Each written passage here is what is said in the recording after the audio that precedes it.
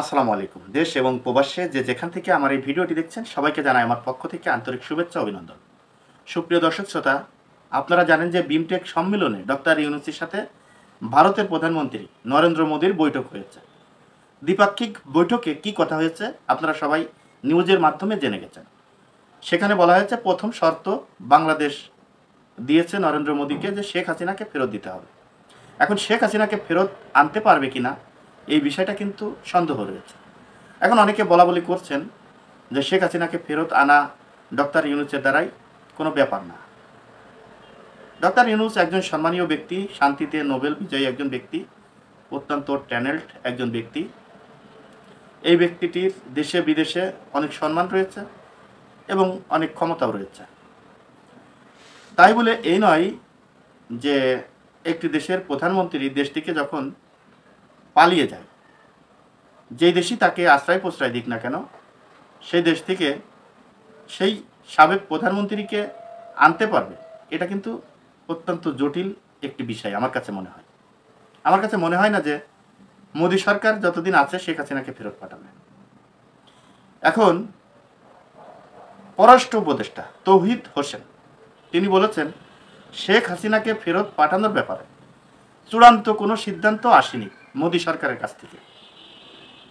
শেখ হাসিনাকে ফেরত পাঠানোর চূড়ান্ত কোনো কথা হয়নি বলেছেন বাংলাদেশের পররাষ্ট্র উপদেষ্টা তৌহিদ হোসেন। তাহলে বুঝতেই পারছেন যে শেখ হাসিনাকে আসলে ফেরত আনাটা কতটা কষ্টকর। এখন আওয়ামী লীগ যারা করেন তারা হয়তো বা মনে মনে ভাবছেন যে শেখ হাসিনা যদি কোনোদিন দেশে আসে তাহলে শেখ হাসিনা দেশে এসে আবার যেভাবে রাজনীতি করতো সেভাবেই রাজনীতি করবে।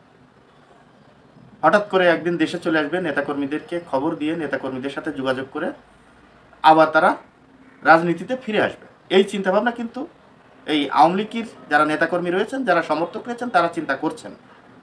এখন আশা করতেই পারে, রাজনীতিতে শেষ বলতে কোনো কথা নেই, আশা সবাই করতে পারে। যেমন বিএনপি 15 বছর ধরে আন্দোলন করে গিয়েছে একটি আশায় যে খালেদা জিয়াকে আবার প্রধানমন্ত্রী দেখবে, খালেদা জিয়াকে সুস্থ করবে, এই আশায়।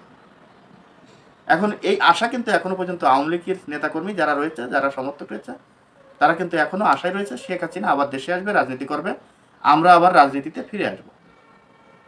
আবার বাংলাদেশের যারা ছাত্র জনতা, যারা বিএনপি সহ বিরোধী যে রাজনৈতিক দল ছিল, সেই রাজনৈতিক দলগুলো চিন্তা করছে যে শেখ হাসিনাকে দেশে এনে বিচারের কাঠগড়ায় দাঁড়িয়ে তার সাজা নিশ্চিত করা পর্যন্ত তারা আন্দোলন চালিয়ে যাবে এবং সাজা নিশ্চিত করতে পারলেই তাদের মনের আশা আকাঙ্ক্ষা পূর্ণ হবে।